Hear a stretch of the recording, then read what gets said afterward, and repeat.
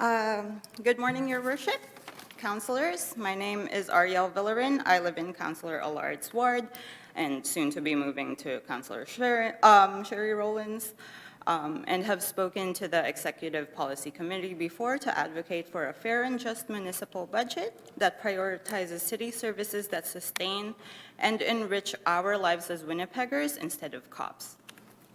Today, I am here to speak in opposition to report number 18, Value in Kind Grant, waiver of the City of Winnipeg sponsorship policy, and waiver of fees related to subleases for the 2023 World Police and Fire Games. This report claims, and I quote, in 2021, Council approved an initial VIK grant to the World Police and Fire Games 2023 Host Society in the amount of $493,634. I wanted to confirm that number, so I looked at the 2021 adopted budget operating and capital volume 2 and the supplement to 2021 adopted budget. Both these documents make no mention of the World Police and Fire Games.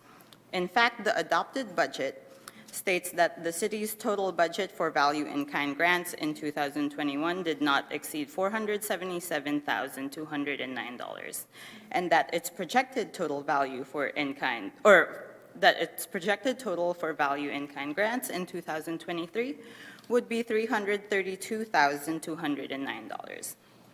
This is found on page 241 of the supplement to 2021 adopted budget.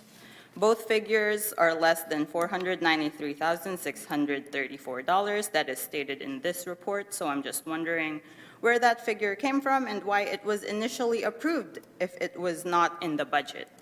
It is a huge sum, like more than doubling the total value in kind grants, but there is no mention of it at all.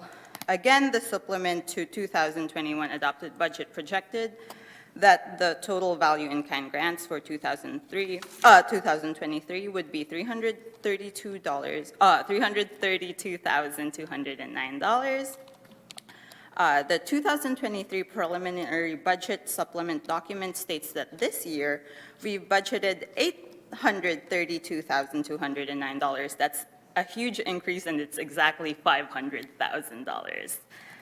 You can see how an amendment to increase this value in kind grant that popped out of thin air by $500,000 to a total just shy of $1 million sets off alarm bells in my mind. After all, these are tax-supported funds. I am also concerned about the lack of information as to where all the value in kind support is going. The report outlines the following: $116,700 for community services to operate the venues, $80,000 for transit, including free and increased transit service for those deemed by the World Police and Fire Games to qualify, and that's something that actual residents of the city will be excluded from, and $75,000 for paramedic service. There is also an undisclosed amount for, I quote, special duty police officers in the use of the former cafeteria space at City Hall by the World Police Fire Games Host Society, among other unspecified things. So the actual quantified estimate from city service departments is $271,700 in in-kind grants. If you approve this amendment today, that's $721,934 of tax-supported funds that will be unaccounted for.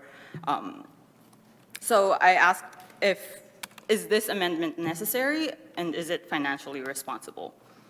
For comparison, the 2017 Canada Summer Games, held from July 28th to August 13, that's 17 days, had a budget